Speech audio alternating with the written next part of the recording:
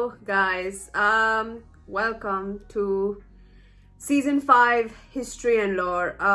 Yeah, this season is as and more I'm thinking about it, I'm just thinking that it's something that is very dark, I think, compared to all the other seasons. Comparing it with season 3, of course it's equivalent, but we've had a lot of major character deaths in this season. We've got Stannis, we've got Shireen.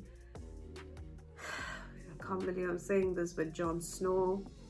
And yeah, that, I mean, we've not couple, we've got just these 3, but it's just the fact that Jon is dead. I don't know how season 6 is going to be, with how it's going to continue on, like what is going to happen, how are they going to find out, what is going to be the response, because he was the Lord Commander. Will they know who did it? I mean, it would be very easy for them to know, because there were only few people that were questioning his authority, and few people who would know who hated Jon the most in terms of the Wildlings situation. So yeah, let's see what this lore is about, and hopefully I can try and get through this. But yeah, I'm actually on my way to a friend's place, so I thought I'll just watch it before I leave, but I'm just a bit annoyed. I'm not gonna lie, I'm a little annoyed about Jon's death and very upset about Shireen. So yeah, let's not go any further, let's get right to it. Most cities are built on stone.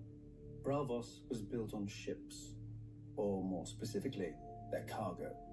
Slaves who rose up against their Valyrian captors and seized the helms of the convoy. Of all crimes, Valyria punished rebellion most severely. The slaves faced not execution, but the Valyrian mines or labor camps in the most remote and savage colonies if recaptured. And few corners of the world can long remain hidden from Dragonback. However, our histories claim that a group of slave women prophesied the slaves would find shelter in a distant lagoon behind a wall of pine-clad hills and sea stones, where the frequent fogs would help hide the refugees from the eyes of dragon riders passing overhead. And so it proved. Because they had risked their lives in the name of freedom, the mothers and fathers of the new city vowed that no man, woman, or child in Braavos should ever be a slave. This is the first law of Braavos, engraved in stone on the arch that spans the long canal. For over 100 years, Braavos hid itself from the eyes of the world, who called it the Secret City. Using a dye derived from a local snail, our captains stained their sails purple to hide their stolen Valyrian ships. Our merchants carried false charts and lied when questioned about their home port. Eventually, one Sea Lord, our elected ruler, decided enough time had passed and initiated the unmasking of Braavos to the world and to Valyria. Of course, it helped that the Iron Bank made handsome restitution to the Dragon Lords for the stolen ships, whilst of course refusing to pay for the value of the slaves themselves. The anniversary of the unmasking is celebrated every year in Braavos with 10 days of feasting and masked revelry, a festival like none other in the known world, culminating at midnight on the 10th day, when the Titan roars and tens of thousands of celebrants remove their masks as one. Okay. Freed of the constraints of secrecy, Braavos quickly grew into the wealthiest and most powerful of the free cities, and, one could argue, the most beautiful. From the sprawling Sea Lord's palace with its menagerie of strange beasts and birds, to the imposing Palace of Justice and the aqueduct we call the Sweetwater River that bears fresh water from the mainland, Braavos is without rival in either engineering or elegance. The temples of Braavos are also famed throughout the world and wondrous to behold. Descended from 100 different peoples, the Braavosi honor 100 different gods. The Temple of the Moon Singers is the foremost of these, being the faith of the slave women whose prophecies led our ancestors here. The Lord of Light has a great temple as well, where his worshippers have grown ever more numerous in the past 100 years. Yet less numerous, and even some forgotten faiths still have temples deep in the heart of the city, on the Isle of the Gods. But the beauty of Braavos is not only in her buildings, Braavosi swordsmanship is renowned throughout the world. Our Braavos eschew the armor and long swords of the Westerosi knights, preferring speed, agility, and slender blades. Okay. The greatest Braavos call themselves water dancers, after the custom of dueling upon the moon pool near the Sea Lord's palace. Okay. By tradition, the greatest of all the Braavos is the First Sword, who commands the personal guard of the Sea Lord and protects his person at all public events. Once chosen, Sea Lords serve for life. Inevitably, there are always those who wish to cut that life short to effect some change in policy. Though not even the First Swords are the true guardians of Braavos. That honor goes to the Titan, who protects the entrance to the harbor. With his proud head and fiery eyes looming close to 400 feet above the sea, the Titan is a fortress of a kind never seen before or since. His eyes are huge beacon fires, lighting the way for returning ships into the lagoon. Within his bronze body are halls and chambers, murder holes and arrow slits. Enemy ships can be steered onto the rocks by the watchmen inside the Titan, and stones and pots of burning pitch can be dropped onto the decks of any that attempt to pass between the Titan's legs without leave. This has seldom been necessary, however. Not since the Century of Blood has any enemy been so rash as to attempt to provoke the Titan's wrath. Should an enemy break through into the lagoon, however, he would face the walls of Braavos, again not of stone like other cities, but of ships. The arsenal of Braavos can build one of our famous purple-hulled war galleys in a single day. All the vessels are constructed following the same design, so that all the many parts can be prepared in advance, and skilled shipbuilders work upon different sections of the vessel simultaneously to hasten the labor. To organize such a feat of engineering is unprecedented. One need only look at the raucous, confused construction in the shipyards around the world to see the truth of this. Let us imagine that even the arsenal, great as it is, failed us. An enemy who could defeat both the Titan and our fleet would be strong indeed. But Braavos does not depend only on statues and ships. We also have iron and gold. Okay, Mark Gatiss. Thank you.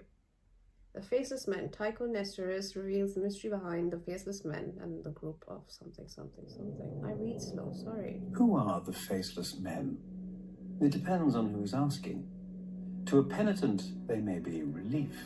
To a victim, they may be vengeance. Okay. To a lord, they may be an incredible expense. And to the Iron Bank, they may be just another asset. Nobody but the Faceless Men know their origin, though the order is rumored to predate the founding of Braavos. We know only that they reside in, or are somehow aligned with, the House of Black and White, an odd and lonely building where few who enter ever leave. Some whisper that those weirwood doors open not on a house, but onto the world of the dead, from whence the Faceless Men rise when summoned. We can dismiss such foolishness as we do the fishwives who spread it. The House of Black and White is merely a temple, consecrated to the many-faced god, and filled with statuary of his many faces. The old gods of Westeros, the Lord of Light, the Black Goat, the Lion of Night, the Weeping Lady, the Stranger. Perhaps now you understand what is worshipped here, and along with them, other gods whom none alive now recognize, brought here long ago by sailors who never came again. Unlike the priests of other religions, the servants here preach no sermons and perform no ceremonies. As far as one can see, silence and solitude form the whole of their worship, as well as collecting the occasional devotee. If one wants to engage a faceless man, one visits the House of Black and White and pays the price. As for what that may be, those who have paid it rarely speak of it. For make no mistake, from the moment the Faceless Men accept your offer, the man you named is dead, though he doesn't know it. Perhaps not that day, perhaps not that year, but soon, and inevitably. Many would say you are as much his murderer as if you'd swung the axe yourself, just as many would say that's the point. Cool.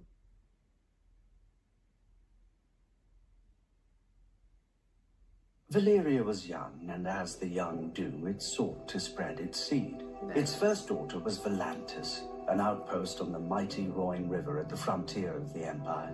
There, the Dragon Lords raised the famous Black Walls, seamless fused dragonstone 200 feet tall, and so thick that 6 4-horse chariots can race along the battlements side by side, as they do each year to celebrate the founding of the city.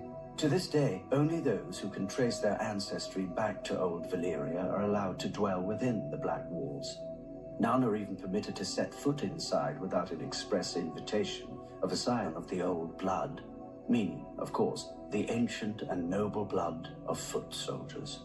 For the city's first 100 years, its only inhabitants wear its garrison. But where soldiers go, vice follows. Taverns and brothels began to sprout up outside the Black Walls, and merchant ships began to call as well, bearing the favored trade of the summer sea, slaves. The East Bank filled with homes, shops, and society, and so the taverns and brothels moved to the West Bank, where foreigners, sellswords, and pirates erected their own shadow city of fornication, drunkenness, and murder. In time, the West Bank became such a cesspit of crime and depravity that the Volantines had no choice but to send their slave soldiers across the Roine to restore order and some semblance of decency. Like all such missions, they succeeded, they left, then they failed. Oh, wow. When the Volantines grew weary of shipping their soldiers across the Roine every year, they built the famous Long Bridge of Volantis, strong enough to support the weight of 1,000 elephants and many more soldiers. The Long Bridge of Volantis stands today as the longest bridge in all the known world. The Volantine rulers intended the bridge to spread the civilization of the East Bank to the west. Instead, the depravity of the West Bank spread east. Shops, temples, taverns, inns, and brothels line the bridge, most 3 or 4 stories tall, with each floor overhanging the one beneath it. One can buy anything on the Long Bridge, or steal it, if one's hands are quick enough. But if they're not... Oh. Though at least half the decor committed no greater crime than displeasing a master. For in Volantis there are 5 slaves for every free man, a proportion matched only by the cities of Slavers Bay. The Volantine masters mark their property with facial tattoos, permanent and scarring, which denote the vocation of the slave. Slave soldiers wear green tiger stripes upon their faces. Slave whores are marked by tears beneath one eye. The slaves that collect the dung of horses and elephants are marked with flies. The drivers of the hathays, the carts pulled by the small elephants of Volantis, are marked with wheels, and so on. A master may give his slave freedom, but no man can give a new face.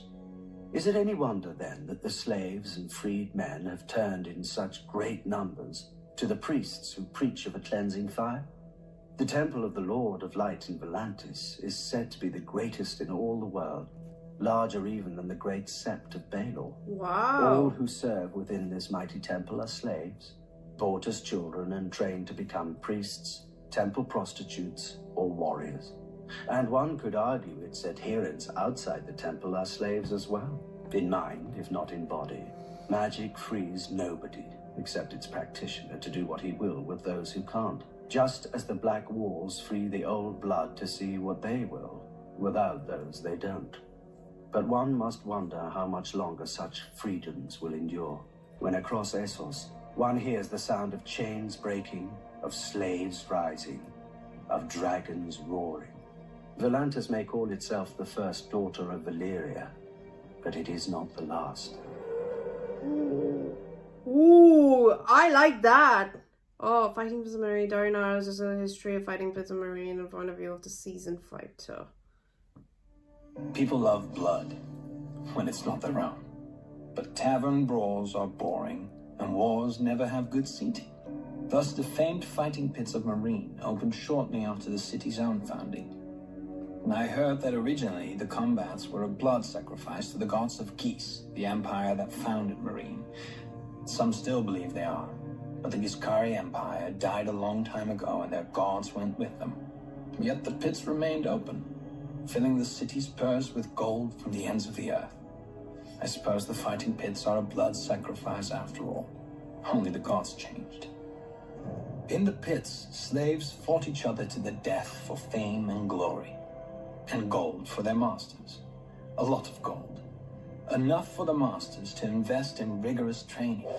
Slaves were taught to fight like Dothraki screamers, bearded priests of Norgros, iron-born reavers, Westerosi knights, Cohoric hunters, and Lysine pirates.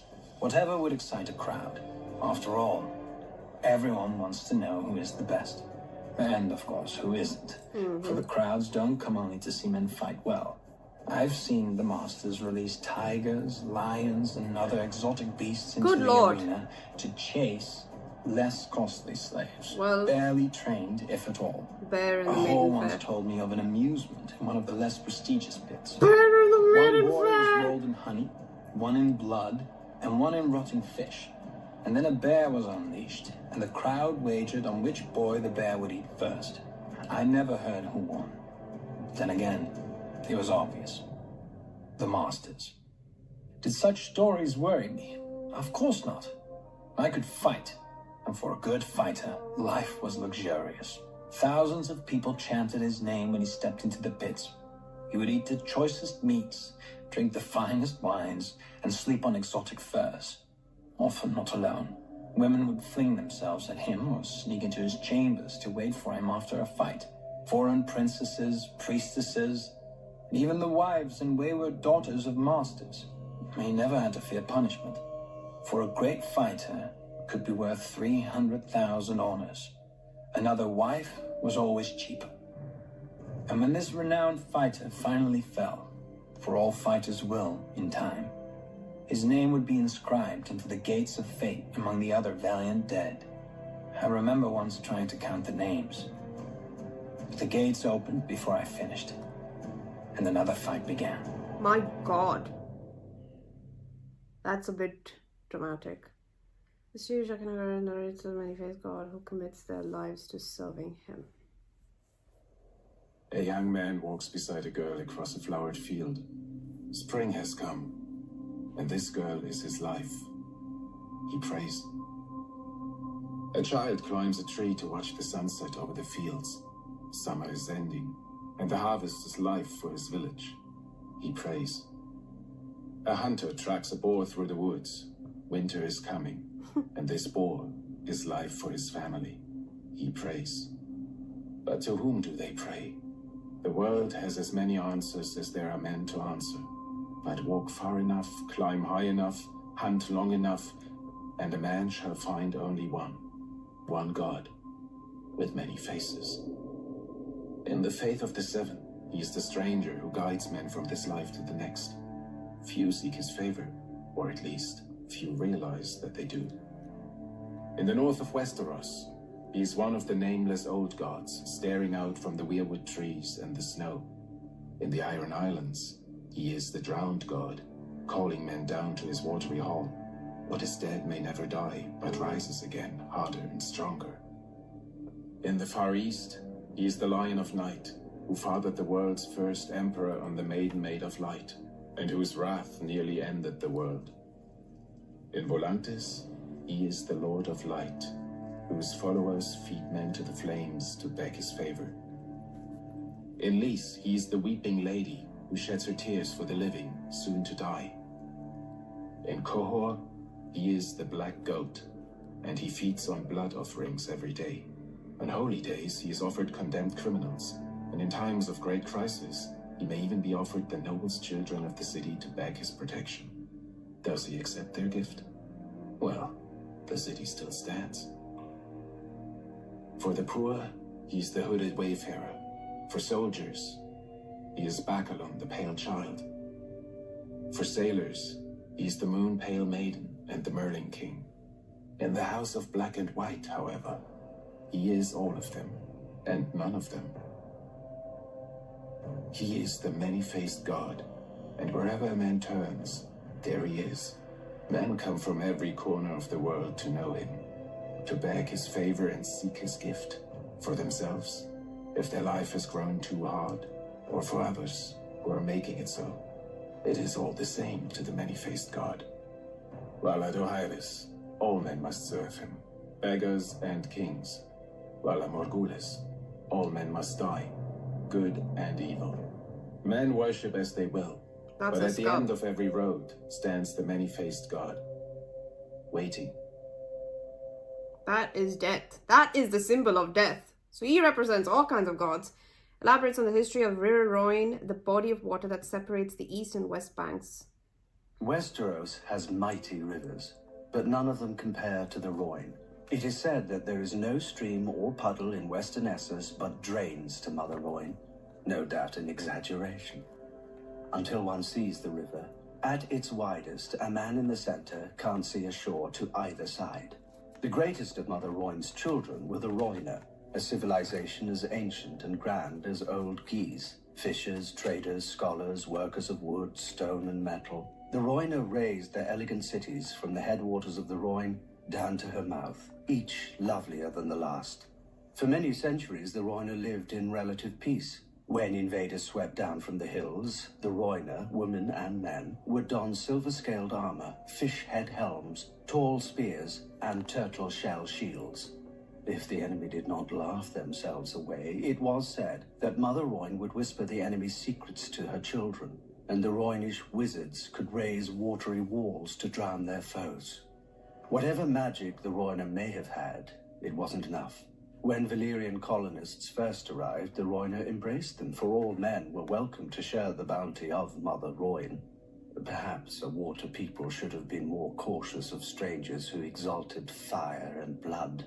Legend has it that one day the Valyrians netted and butchered one of the giant turtles the Roiner held sacred. As a result, thousands were killed or enslaved, cities and towns were burned, drowned, and rebuilt. In these wars, the Valyrians emerged as victorious more often than not. The princes of the Roinish cities, fiercely proud of their independence, fought alone, whilst the Valyrian colonies aided one another. Eventually, the Roinish princes ceased their squabbling and united behind Prince Garin, who led the largest army Essos had ever seen, against 100,000 Valyrian colonists, 100 war elephants, and 3 dragon lords. Thousands burned, but thousands more sheltered in the shallows of the river, whilst the Roinish wizards raised enormous water spouts against the foe's dragons. Roinish archers brought down 2 of the dragons, whilst the 3rd fled, wounded. And thereafter, the Roiner named Garin the Great. But Mother Valyria proved just as caring as Mother Roine. When Garin the Great marched his army against Volantis, 300 Valyrian dragons descended from the sky. Tens of thousands burned whilst others rushed into the river, but the fires burned so hot that the water boiled and turned to steam. Garin the Great was captured alive and made to watch as Valyrians butchered every last man. So many that their blood turned the great harbour of Volantis red as far as the eye could see. Then they forced Garin to watch as they marched on his own city and enslaved all the women and children his army had left behind. The singers claim that Prince Garin called out Mother Roine to curse the Valyrians, and she in turn flooded the city with foul waters and a damp fog that caused the skin of the Valyrians to harden and crack, and thus was born Greyscale. Oh! Fearing a similar fate, another Roinish ruler, Princess Nymeria, led her own people into every ship, skiff, and raft they had, and fled Essos. Eventually, after much hardship, they landed in sun-swept and bone-dry Dawn. But we all know that tale. Yeah. Now Valyria has followed the Roiner out of this world, and her daughters have grown into free cities, wealthy and powerful and proud. Still, Mother Roine flows on, past ancient ruins and bustling harbors, sweeping all man's kingdoms to the sea. Oh, wow. That's amazing how Greyscale was born. Oh. Few afflictions are more feared than Greyscale, and far past the point of reason. A legend calls it Prince Garin's curse, after an ancient eastern prince whom the Valyrians hung in a cage and forced to watch the immolation of his city and people. As his city burned under dragon flame, this prince called on his god for vengeance, and a thick fog of foul humours rose from the Roine to smother the Valyrians with Greyscale. But if diseases could be called down by the vengeful, we'd have no health in the world. More likely the disease predates the Valyrians entirely, confined to some remote region of Essos, and only spread throughout the world once the Valyrians linked the continent with roads and dragons. The disease begins as a rash.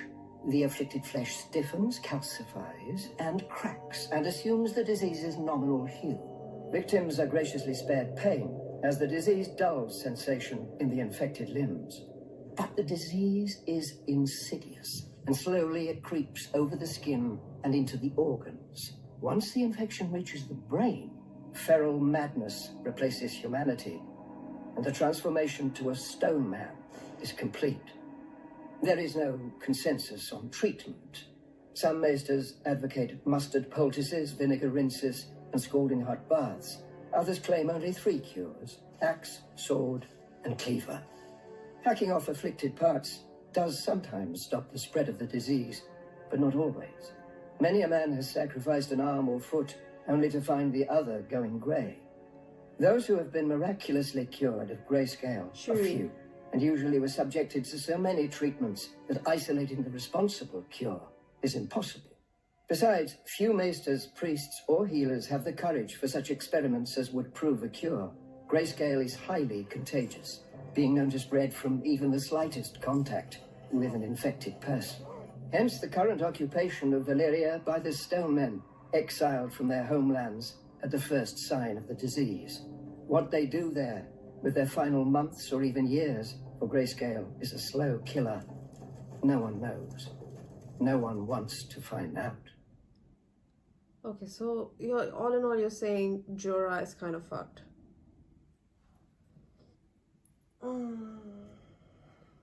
The Sunday elaborates. Okay, I didn't read that properly. The great masters of Meereen, as if calling themselves such could make them so. Thousands of years ago, during the height of the Giscari Empire, Meereen was second only to Old Geese in wealth and glory. A paradise by the sea, if one didn't mind the constant clinking of chains and cracking whips. Slaves built Meereen, and on their backs the city rested like a litter. Then came the dragons of Valyria. The masters of Old Geese would not bow, so they burned.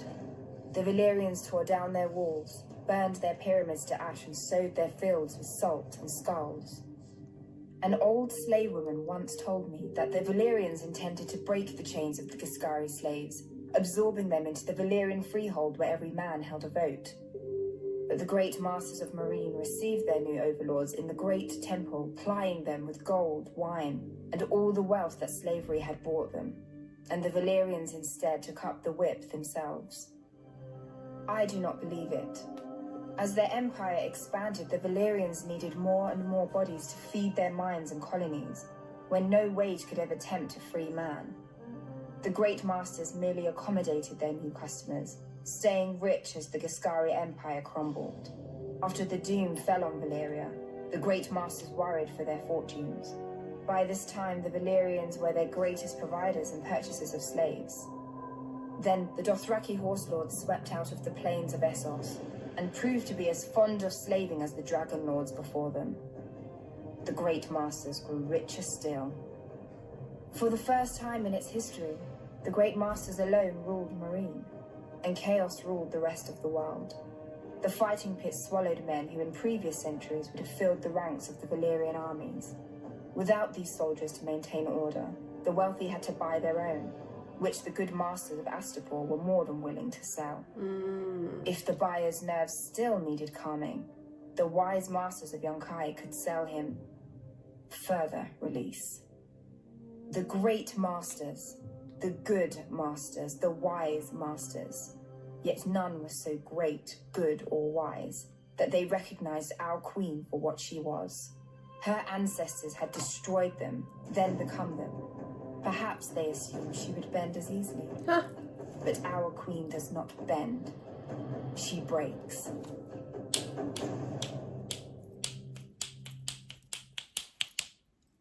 She breaks the damn wheel, babes. Yuck. Don't talk to me! Each brother of the Night's Don't Watch talk to swears me. a sacred oath to protect the realms of men. That doesn't mean pissing about, waiting for the cold to finally put an end to you. It means bleeding. It means fighting. It means going beyond the wall and hunting down those who mean harm to the realm. So how do you get 1,000 rapists and thieves to fight together, to bleed together? That's the burden of the Lord Commander. He keeps the builders building, the rangers ranging, and the stewards stewarding, or else it all falls apart.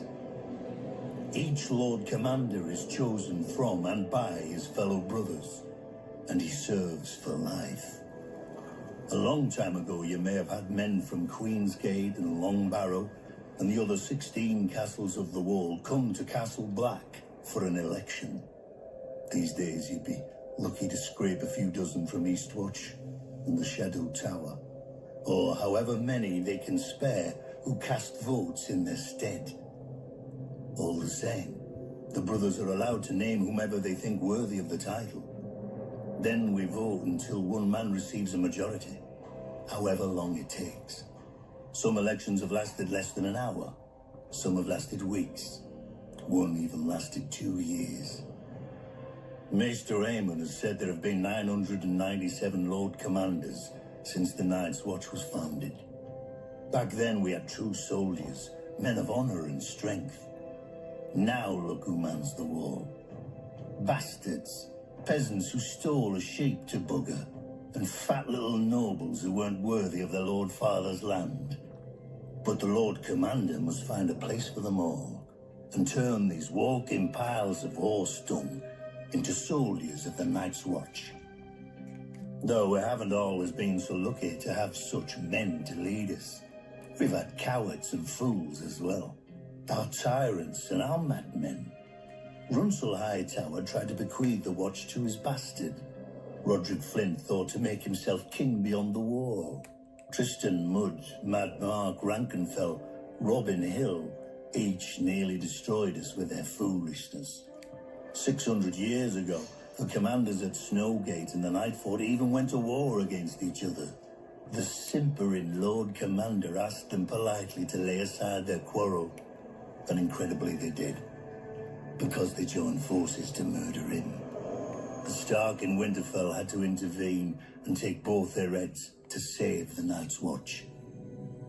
Now we've got more mouths than we can feed, a southern king in our castle, and cells full of wildlings, and no Lord Commander, since the last was betrayed by his own men. We need a new leader, a man respected enough to hold the watch together in this dark hour. A leader strong enough to make sure that the Night's Watch survives the coming winter, no matter the cost. Stop talking. Stupid. Oh! I hate all these people who are talking right now. Brandon the Builder, founder of House Stark, raised Winterfell with giants over 8,000 years ago. Or so nursemaids tell all the children of the North. The children nod, wide-eyed, unaware of the lesson forced on them, that if even giants obeyed a Stark, so too should they. But like every other castle, Winterfell was built in pieces over thousands of years. The first men settled there because of the hot springs that bubbled through the ground. The water and the heat helped them survive the northern winters, and they built defenses to keep it for themselves. Nobody raised the castle all at once. Probably nobody meant to raise a castle at all. In those days, the Starks were not the greatest house in the north, and Winterfell was not the greatest castle. Baratheon was the oldest, dating to the first king, and the Starks fought the Barrow kings for 1,000 years. Greywater Watch was, like the Crannog men themselves, the strangest. Only marriage subdued its marsh kings. But the greatest rival to Winterfell was always the Dreadfort, and my ancestors, the Red Kings of House Bolton. If tales can be believed, we fought from the long night until the Andals came. Because of us, Winterfell raised its first walls. When we took and burnt the castle anyway, Winterfell built more keeps, more walls, more guard towers. They expanded the granaries and larders to survive our sieges. They tended the godswood to win favor with the old gods against us. As the castle grew, more farmers and villagers flocked every winter from across the north to huddle under its walls. raising the winter town. In the spring, these villagers would find themselves marching in the Stark armies to fight against us. The greatness of Winterfell is as much our doing as the Starks. But in the end, neither its stone walls nor its tall keeps and iron gates could save Winterfell. At its height, it could have lasted a year under heavy siege, but a handful of Ironborn seized it in the night, while its lord, the king in the north, was playing in the south. My dagger ended his reign, and now House Bolton holds the castle of our ancient enemies. The direwolf no longer flies from the battlements above me, nor guards the doors and cornices of Winterfell against me. Below me, miles of long-dead Starks fade into darkness and obscurity, until even their faces are lost. Some Northerners whisper that they wait for the day their house will rise again. They will wait forever. We'll see about that, Rose Bolton. Robert's Rebellion. Oh, Barristan. Barristan the Bold, they call me to my face. I know what they say behind my back. Barristan the Old. And it's true. I am old, with hair as white as all the winters I've seen. The older a man grows, the less sleep he needs. These days I barely sleep at all. When darkness falls over this strange city, I find myself visited by the faces of the kings I have served, the faces of those I swore to protect, the faces of those I failed. All I ever wanted was to live a life of honor, defending a king worthy of service. During the War of the Ninepenny Kings, I sought out Malus the Monstrous, last of the Blackfire pretenders who had started this whole war. Malus believed that his Targaryen blood gave him a claim to the Iron Throne. I made sure his blood claimed nothing more than the dirt around his corpse. To show his gratitude, the king elevated me to his king's guard. It was the proudest moment of my life. But that king died, and I wasn't with him.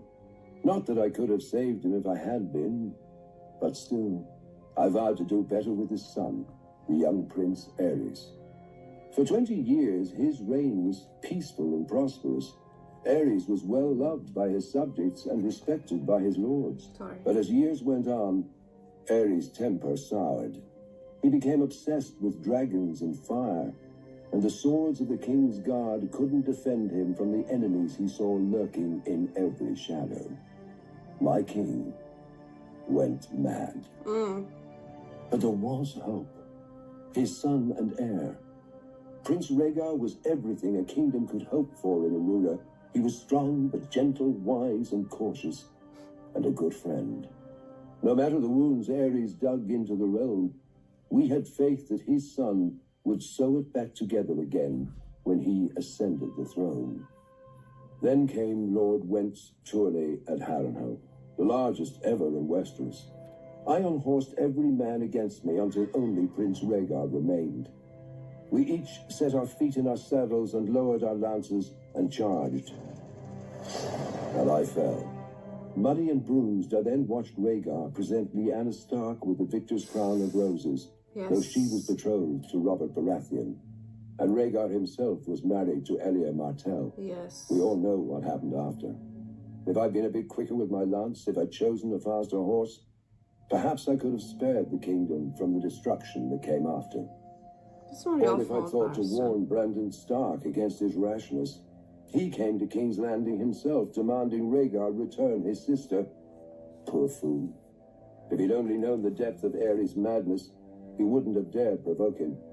Aerys ordered Brandon imprisoned, and I could do nothing but obey. When Brandon's father, Lord Rickard Stark, came to King's Landing to beg for his son, Aerys burned him alive, but I could do nothing but watch. I had sworn a vow to a mad king, and was honor-bound to obey him, even at the cost of my soul. Ravens soon arrived with dark news for the king. The Vale was in open revolt. Demanding Lyanna Stark's return, Robert Baratheon was smashing any army that dared face him. Eddard Stark, Brandon's younger brother, was marching the whole of the north down the neck and had taken Catelyn Tully, Brandon's betrothed, for his own, thus winning the support of the Riverlands. The king sent ravens to Casterly Rock to beg his former hand, Tywin Lannister, for help. and no ravens returned. A plan was devised. Prince Rhaegar would personally lead the royal forces, now reinforced with 10,000 Dornishmen, north to face Robert. Of the King's Guard, Lewin Martell and I would ride with the prince. Before we left, the prince confided in me that when he returned from this battle, there would be a great many changes in court. Despite my vows to the king, I confess I was excited. On the march to face Robert's army, we were sure we'd win. We had superior numbers, and we had Prince Rhaegar. His presence lifted the spirits of our men, and he looked every inch the king he was destined to become. Sounds like a classic guy. A cruel joke. Robert proved the Baratheon words as his army smashed through our lines. Lewin Martell was killed. I fell in combat, badly wounded, and could do nothing but watch as Robert's warhammer ended Rhaegar's glorious reign before it began. And the kingdom that would never be washed away down the Trident with his life's blood. And Robert spared me, insisting his personal maester tend to my wounds, out of respect. But respect for what? A king's guard shouldn't survive one king, let alone two, and one who should have been. I swore an oath to House Targaryen, and I failed them. All that's left of their fire is a single ember halfway across the world, surrounded by darkness. If the gods were good, I would still be young in the fullness of strength, but whatever the cost, I will not let this ember go out. This time, I will not fail. God, it makes it so much harder knowing that Barristan did his duty and he died, dude. Before the Seven Kingdoms, before the Iron Throne, there was Dorne. 12,000 years ago, the first men crossed the land bridge from Essos to here. 12,000. Of course, they were men, so they soon broke it. Then, while their cousins to the north built kingdoms, the Dornish squabbled over land, water, and wives. For centuries. Until Nymeria, a warrior princess in Essos. She led a fleet of 10,000 ships across the narrow sea to Dorne. Almost all of the petty lords made it clear that she wasn't welcome. All but one, Mors of House Martell. He saw in her a strength to match any man, including his rivals. After she accepted his marriage offer, she set fire to her ships. For 50 leagues, the coast was bright as day, and in the burning light, Princess Nymeria named Mors Martell the Prince of Dorne, in the style of her people. Dorne would be her home, or her grave. For many years, Nymeria and Mors waged war against all rivals. The Jordanes, Blackmonts, Corgyles, and even the mighty House Ironwood. They sent no fewer than 6 self-styled kings to the wall in golden chains. After Mors fell in battle, Nymeria took command of his armies and united Dorne. In 2 years, she ruled for 27 more, and though she married again, those husbands were little more than counselors and consorts. Dorne was Nymeria, and Nymeria was Dorne. She survived a dozen attempts on her life, put down 2 rebellions, and threw back 2 invasions. And when at last she died, her eldest child succeeded her, her daughter, not her son. And Dorne followed her because Nymeria had proven that women were equal to men, if not better. Centuries later, Aegon Targaryen sought to unite Westeros as Nymeria had Dorne. The other 6 kingdoms fell quickly before his dragons and ambition. When his sister wife, Rhaenys, flew her dragon south and demanded our surrender as well, Princess Meria Martell warned, "I will not fight you, nor will I kneel to you. Dorne has no king. Tell your brother that." Rhaenys threatened that the next time the Targaryens would come with fire and blood. Meria replied, "You may burn us, my lady, but you will not bend us, break us, or make us bow. This is Dorne. You are not wanted here. Return at your peril. Rhaenys did, and she died. Her dragon died. All her soldiers died. Eventually, her brother, the Conqueror, conceded that what Nymeria had done, he could not undo. Generations later, another foolish Targaryen invaded Dorne. He died as well. Eventually, we did join the Seven Kingdoms, but when we wanted, and on our terms. If dragons could not conquer us, why should we fear lions? Unbowed, unbent, unbroken. The words of House Martell, the words of Dorne. Men may forget, but women always remember. When we were divided, Nymeria united us. When we were invaded, Meria defended us. Now Dorne has been humiliated, its prince murdered. Who will rise to avenge us? Yo, damn. That's insane. Sorry about the The extreme father crazy lighting. reached his hand into the heavens and pulled down 7 stars. And one by one he set them on the brow of Hugo of the Hill to make a glowing crown. The maid brought him forth a girl as supple as willow, with eyes like deep pools. And Hugo declared that he would have her for his bride. So the mother made her fertile, and the crone foretold that she would bear the king 44 mighty sons. The warrior gave strength to their arms, whilst the smith wrought for each a suit of iron plates. But sadly, the gods no longer walk the earth among us, and you can see what a mess we've made of their creation since. Yet we have hope. The gods didn't abandon us in silence, but gave us their holy words to guide us, collected in the oldest and holiest text of the faith of the seven-pointed star. Divided into 7 books for the 7 aspects of God, in it we learn of the Father's justice, the Mother's mercy, the Maiden's innocence, the Crone's wisdom, the Warrior's strength, the Smith's labor, and the Stranger's peace. It is a long book. Many never read it in its entirety, even if they could. When the Andals first sailed for Westeros, filled with divine fire, every warrior carved a 7-pointed star into his body, for even that was easier than carving its namesake into his mind. Though one could perhaps argue that it wasn't the warriors, but the Septons and Septors, armed with the holy text of the 7-pointed star, who truly conquered Westeros.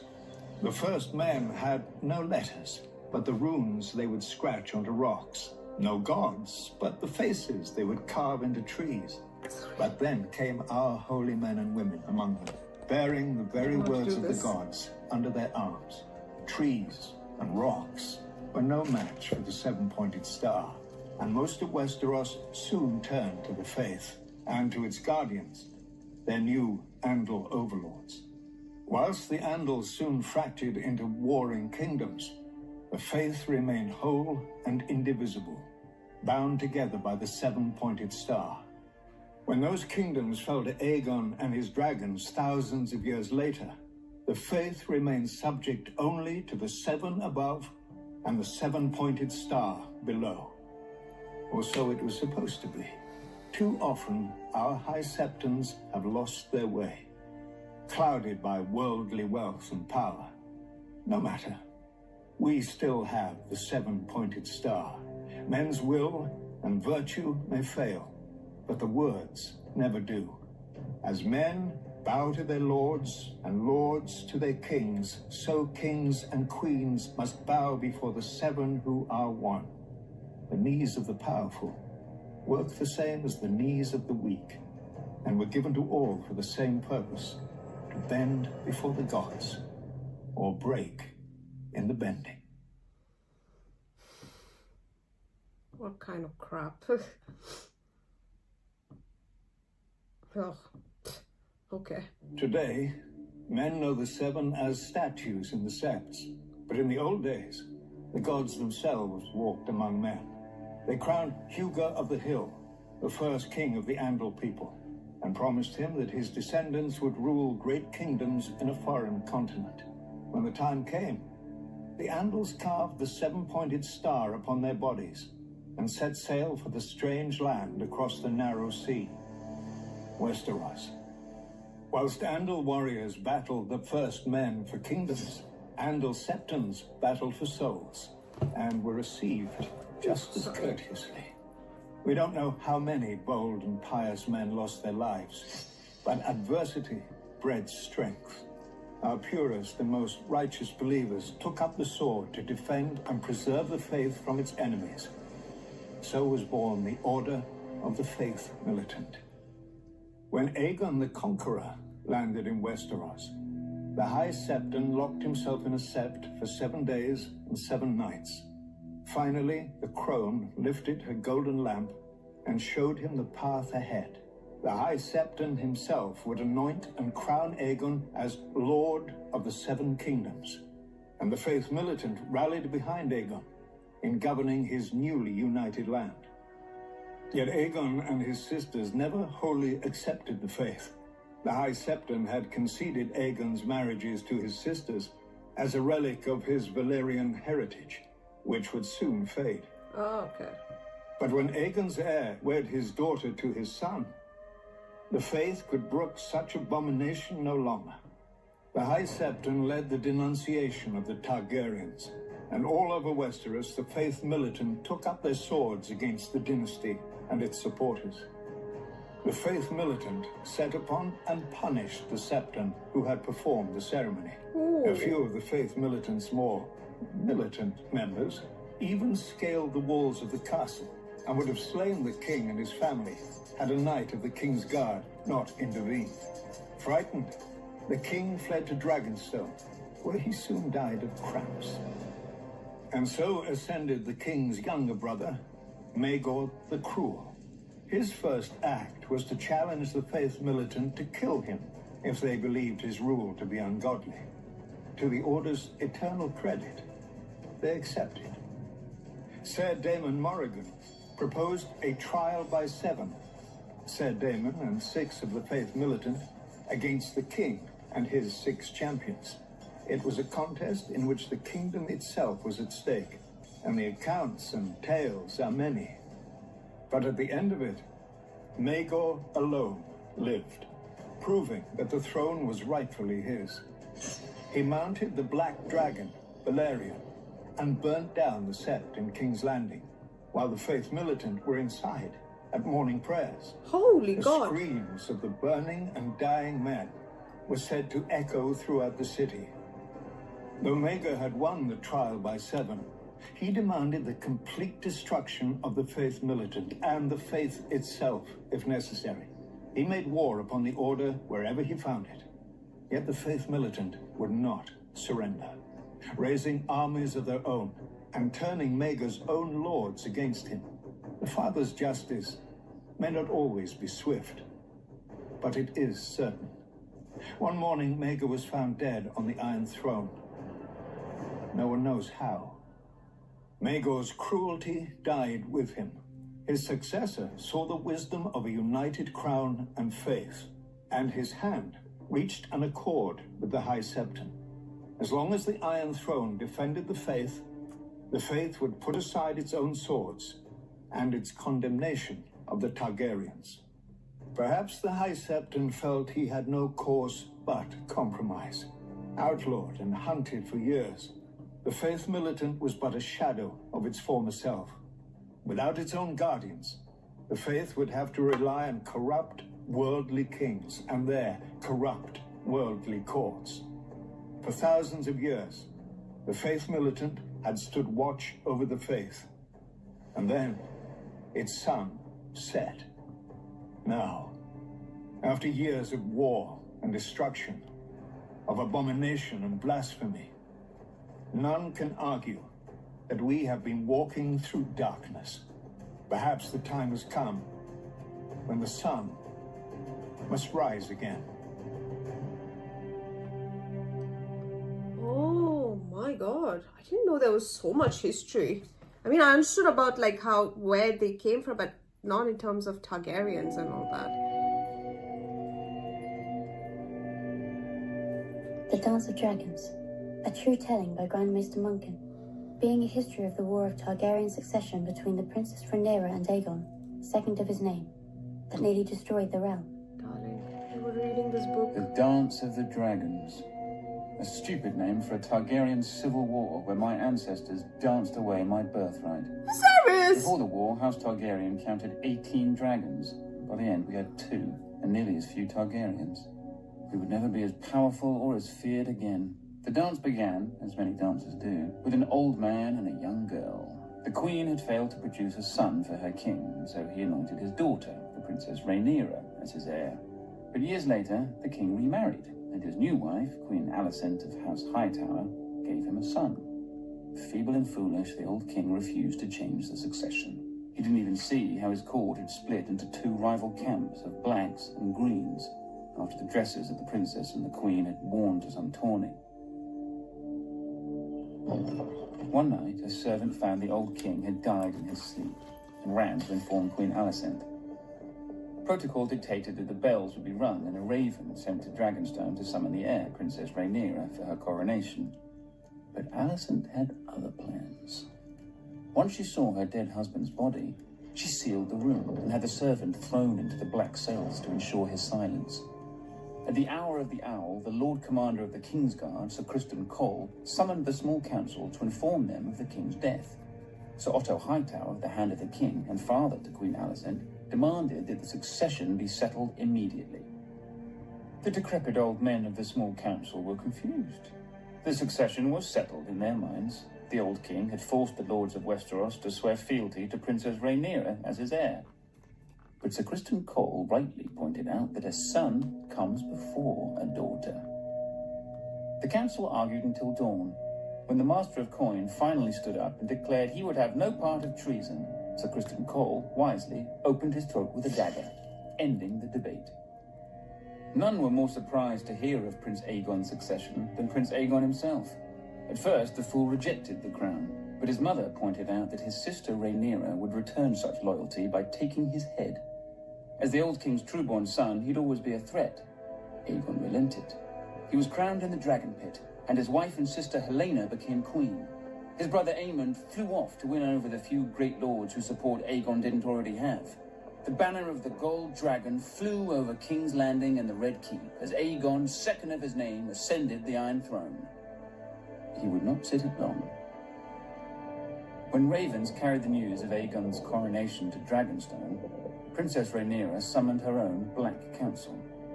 With her was her uncle and husband, Daemon Targaryen, considered by many to be the most dangerous man in Westeros. Few lords supported her, but the greatest of these was Corlys Velaryon, who controlled the largest fleet in the realm, and his Targaryen wife, Rhaenys, the old king's sister. Then there were her 5 sons, although none grown to manhood. A pitiful assembly, really. Combined, they couldn't match the power of House Hightower alone. But Rhaenyra had dragons. She, Daemon, and Rhaenys rode huge and formidable beasts, and 3 of her 5 sons were riders as well. Dragonstone also housed 6 more dragons without riders. Against this, King Aegon had only 4 dragons of his own. Dragons can burn a city, but only armies can take and hold it. If she was to prevail, Rhaenyra desperately needed the support of the few great houses not already sworn to Aegon. Her eldest son, Jaehaerys, flew to the Vale in the north. Her middle son, Lucerys, flew to the Stormlands. Rhaenyra hoped that the war would begin and, if the gods were good, end with diplomacy. As always, they weren't. Little Prince Lucerys must have wet himself when he entered Storm's End and found King Aegon's younger brother Aemond already with Lord Baratheon. Aemond was fearsome even before he lost his eye and set a sapphire in its stead. But the princeling pleaded his mother's case. Finally, Lord Baratheon made his decision. Go home, pup, and tell the bitch your mother that the Lord of Storm's End is not a dog she can whistle up. As Aemond's false eye gleamed at him, the princeling fled the castle and mounted his young dragon, Arax. The rain fell in sheets, and great bolts of lightning lit the world bright as day. Arax was struggling to stay aloft in the gale. when a roar shook the very foundations of Storm's End. Aemon rose through the clouds, and below him the monstrous Vhagar. Vhagar was 5 times the size of Arrax, and a hardened survivor of 100 battles. Vhagar caught him above Shipbreaker Bay. Watchers on the castle walls saw distant blasts of flame, and heard a shriek drown out the thunder. Prince Lucerys fell, broken, to be swallowed by the waves. With his death, the War of Ravens came to an end, and the War of Fire and Blood began. Oh my god! When Rhaenyra heard of her son's death, she collapsed. She considered ending the war right then, until a raven arrived from her husband, Daemon. Her son would be avenged. Whispers slithered through the taverns and back alleys of Flea Bottom. 2 men were found. One was a former gold cloak, the other a rat catcher in the Red Keep who knew all its secrets. History remembers them only as blood and cheese. One night, Queen Helena entered the royal apartments with her daughter and 2 sons to put them to bed. Without warning, Blood and Cheese burst in, daggers in hand. They told her that a debt was owed. A son for a son. Blood and Cheese demanded she choose which son would be ripped from her forever. Queen Helena pleaded with the men to kill her instead, but they refused. Weeping, Helena named her younger son, Maelor. Perhaps she thought the boy was too young to understand. Or perhaps because the older boy was King Aegon's firstborn son and heir. You hear that, little boy? She's whispered to the younger son. Your mama wants you dead.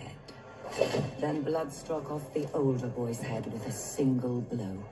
When the guards burst in, they found Queen Helena still screaming, clasping her dead son's body to her, mad with grief. The blood of their children transformed a dynastic dispute into a war of annihilation.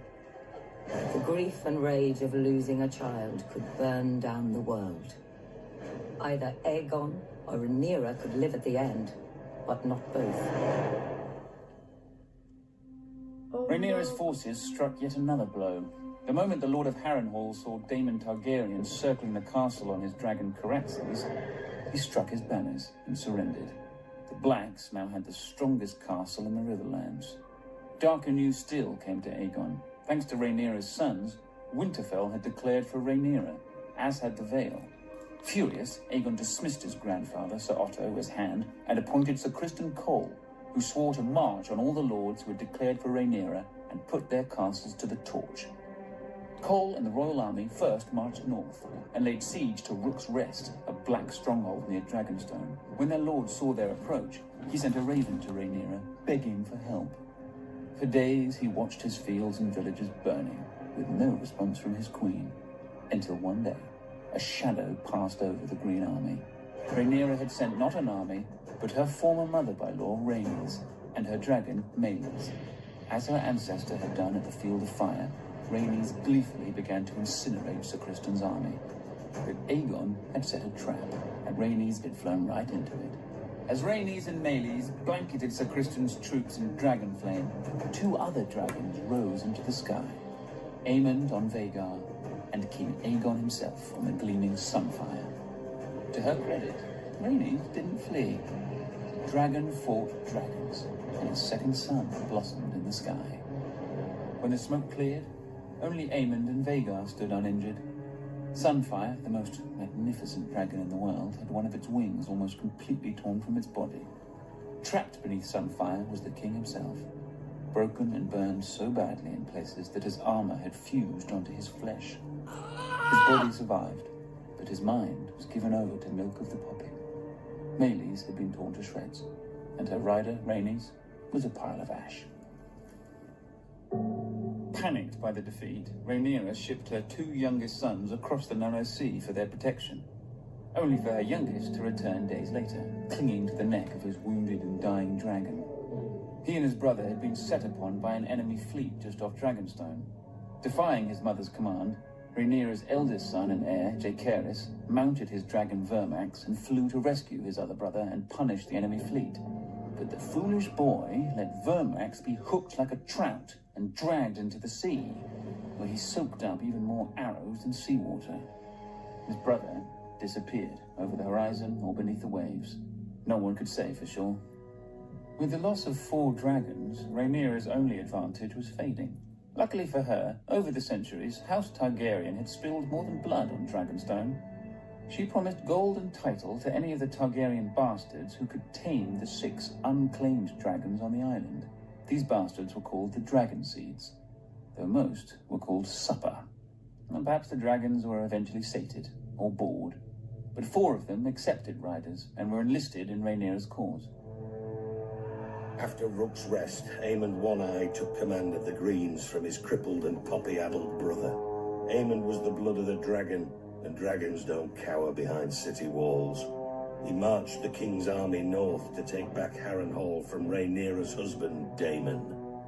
But when he and Criston Cole reached the castle, they found the gates open, with Daemon and all his men gone.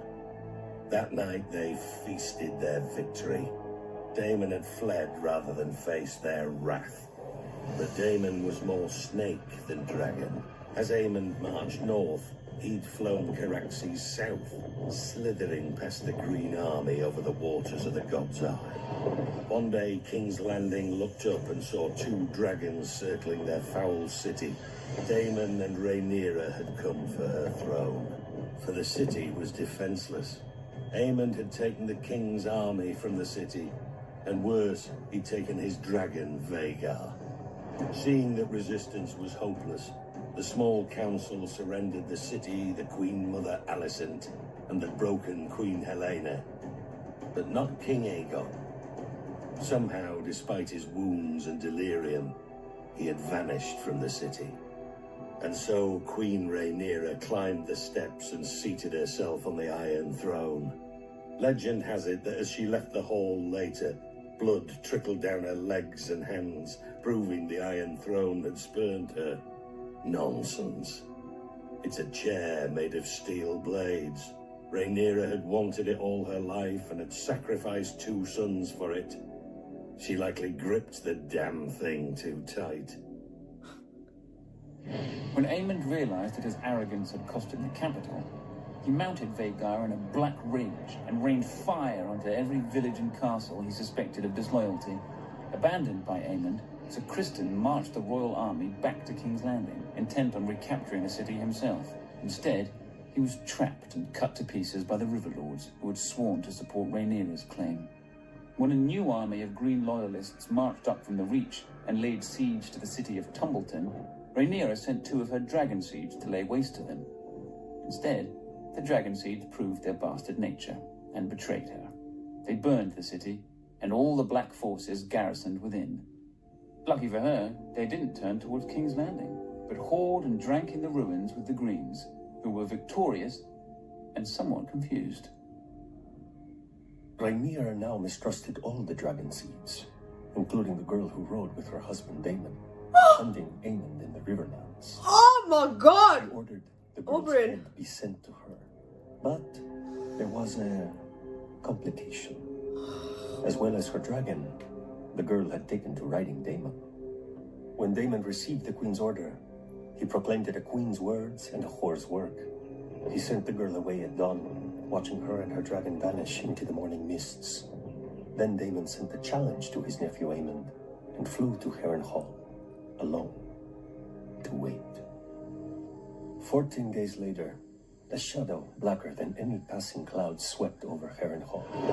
Vhagar had come at last, and on her back rode one-eyed Prince Aemond.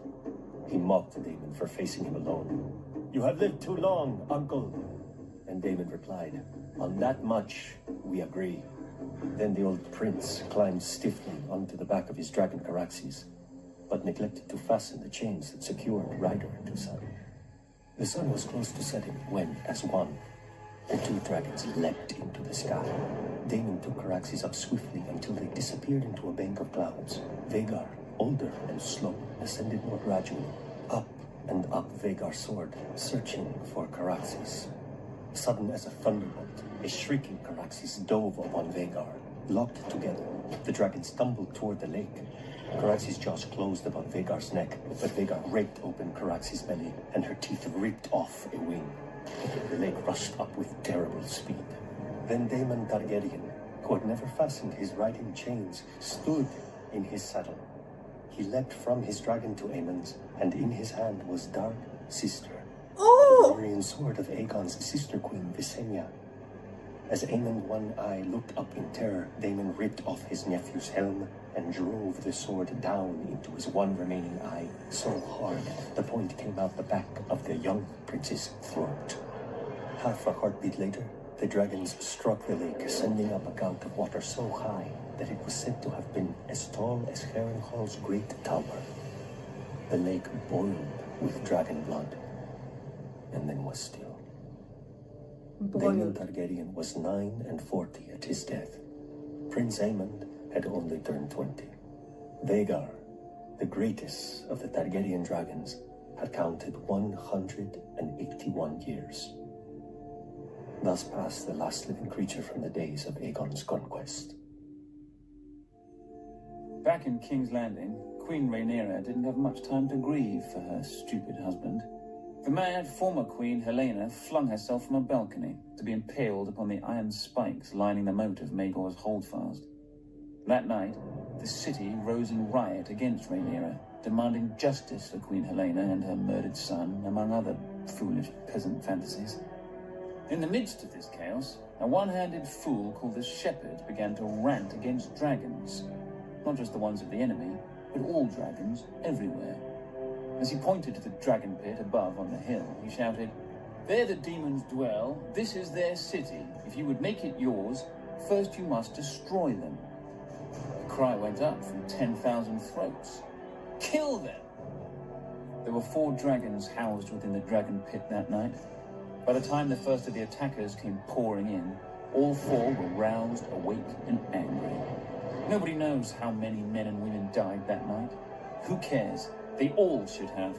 Trapped within the pit, the dragons could not fly. Instead, they fought with horns, claws, teeth, and fire. For every man who died, 10 more appeared, shouting that the dragons must die. One by one, they did. Finally, the last remaining dragon broke her chains, spread her wings, and flew straight up at the great dome, trying to flee. Already weakened by dragon flame, the dome cracked under the force of impact, and then tumbled down, crushing dragon slayers and herself. High atop the Red Keep, Queen Rhaenyra clutched her 2 remaining sons to her as she watched the end of her family's might, too afraid of the peasants to defend her dragons. At least her older son, Joffrey, had a man's spine. He stole his mother's dragon, Syrax, and tried to fly it to the dragon pit to save his birthright. But the stupid beast didn't understand, and twisted beneath him, fighting to be free of the little boy. Until it was. A queen is still a woman, with all the weakness of that sex. Weeping for her lost son more than her dragons, Rhaenyra abandoned the Iron Throne and sold her crown to buy passage for her and her last son back to Dragonstone. Rhaenyra hoped to hatch more dragons from the eggs in the castle. But when she landed, the welcoming party slew her guards and marched her and her son at spear point to the castle to face a dead man and a dying dragon. "Sister!" King Aegon, second of his name, called out to Rhaenyra. Rook's Rest had left Aegon bent and twisted, his once handsome face puffy from milk of the poppy, with burn scars covering half his body. Rhaenyra, ever defiant, told her dear brother that she'd hoped he was dead. "After you," Aegon answered.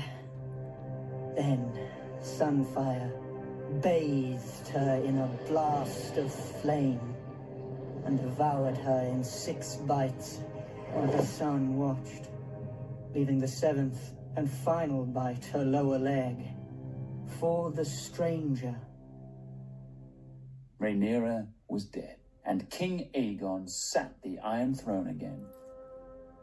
But only for half a year. He was poisoned by his own men, and replaced with the very boy who had watched his mother devoured. When Rhaenyra's last son wed Aegon's only daughter, the Dance of Dragons officially ended. Passion burned men, all that was left of the Riverlands. 2 scared children spouting oaths they didn't understand, all that was left of the mighty House Targaryen. Ancient skulls and hatchlings that grew no bigger than cats, all that was left of the dragons. That was intense. I seriously do not. Naturally, I'm finding out about this now, but the story of this entire Dance of the Dragons, I just thought it's like, who is better, Aegon or Rhaenyra? And Shireen said she wouldn't choose either. And I was just thinking, what a smart girl. I now understand why she didn't choose either. That's insane. The story behind everything. Oh, Lord. This Targaryen lifestyle was quite bad. And I was actually a bit shocked more to hear our favorite voice characters. I mean, there's Joffrey, who cares? But great actors coming back to speak for this long after they are gone. But damn, that's insane. Oh, wow. So dragons were kept. So when Khaleesi kept, like, my main thing was when Khaleesi kept her 2 dragons inside, what's it called? Dragon's Pit, something like that. So where she chained her 2 sons. I was just like, shit, dragons being chained, that's like insane. But there is one that was right under a tower and broke through, and then the tower fell on top. And then we learned more about this high tower.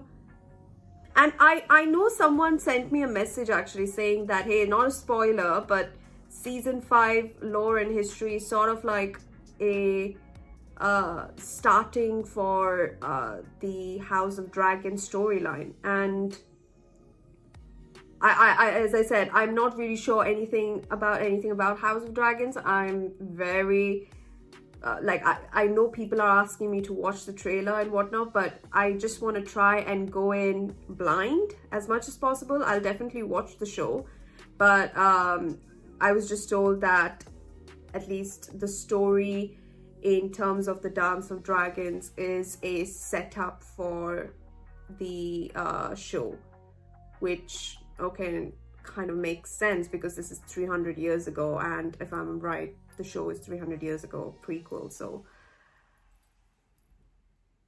wow.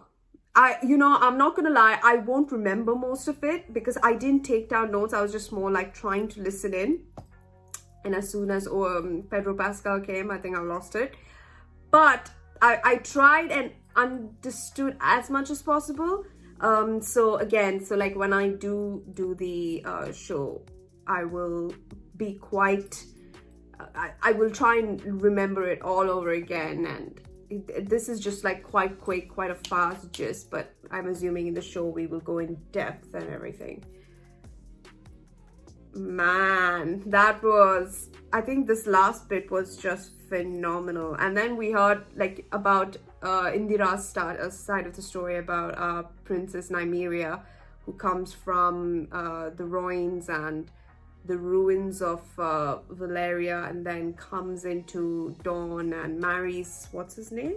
Morris of House Tyrell, and how, the Targaryens were not successful in ruling Dawn, so unbowed, unbent, and broken, the words of the Martell. Crazy. That's also another crazy story on. It's like 2 outlooks as to one preferring only men's authority, and one just women, which is, wow, quite the contrast. But that's I think these 2 really got me, like these 2 stories. In terms of the faceless men, yes, I think I've kind of understood what they're trying to do. they're representing, I feel like at the end the sigil was sort of death, and they represent maybe all types of gods. We don't have a face, yet we are, like, we're known as the faceless men sort of thing. But yeah, I think this was not at all the lore that I was expecting. I thought I was going to hear more about, for some bizarre reason, Jon's dead, but I don't think so. So anyhow, I'll see you guys in season 6. I'm now off to meet a friend. It is 8:22 p.m. so I'll see you lot in the next one. Take care, have a great day, and just 3 more seasons to go after this. Season 6. Wow, that's insane. Here we go. All right, guys. See you in the next one. Bye.